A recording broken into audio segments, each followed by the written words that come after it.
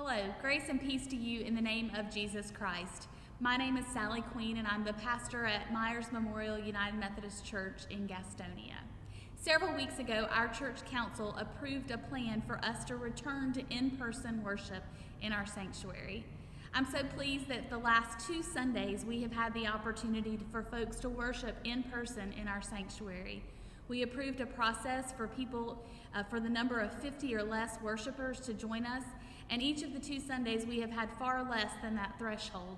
It has felt very safe, and everyone has done a wonderful job following the procedures that our church council and reopening committee designed. It was great to see people in the pews, and I know the worshipers that were here were so thankful to be back in this sacred space of the sanctuary. On Tuesday of this week, the governor of North Carolina published a chart that highlighted the areas of critical need in North Carolina where the virus was at the highest spreading. He color-coded the map of the 100 counties, and each of those counties received a rating. 10 counties in North Carolina were considered critical in terms of the spread of the virus, perhaps even considered to be hotspots where the virus was rampantly spreading at a fast rate. Unfortunately, Gaston County found itself as one of those 10 counties. We are red on the map. We are considered critical. In conversation with our reopening committee, we decided that it was incumbent upon us to continue to love others and to seek to do no harm. And so, with advice from the Bishop of Western North Carolina and the advice of our district superintendent, and because the spread in Gaston County, our local community, is so high, we have decided to suspend in-person worship at this time. I regret this, and I'm sorry that I have to share this news with you. I was so looking forward to offering the opportunity for in-person worship, especially during the Advent season. However, I am committed as your pastor to stopping the spread of the virus as much as possible. And so when I look at a critical county and a critical community that we live in, it seems to be the most responsible decision for us to make as a faith community. So beginning this Sunday, we will not have in-person worship, and this decision will be made through the 1st of January of 2021. In fact, we will not have worship through January the 3rd, 2021. At that time, our reopening committee will reevaluate. We'll have a new map of outbreaks from the governor, and hopefully by that point, our county will have seen some change and some improvement.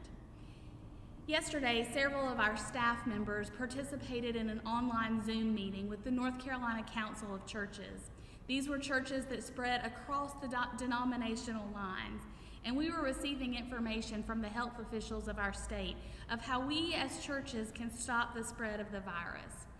And so I feel very confident in the decision that our reopening committee made because it was consistent with what we were hearing on this conversation yesterday.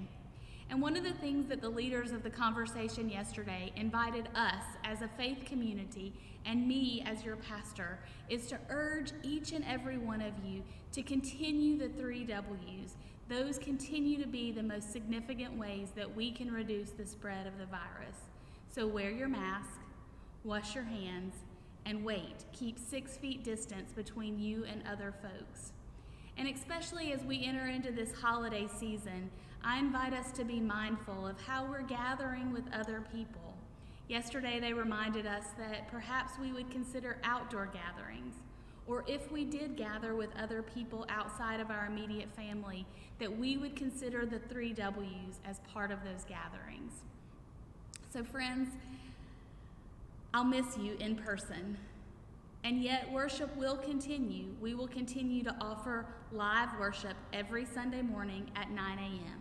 There's some special music and special things that are planned for this Advent season, and so you want to be a part of it. And so I invite you to join us each Sunday at 9 a.m.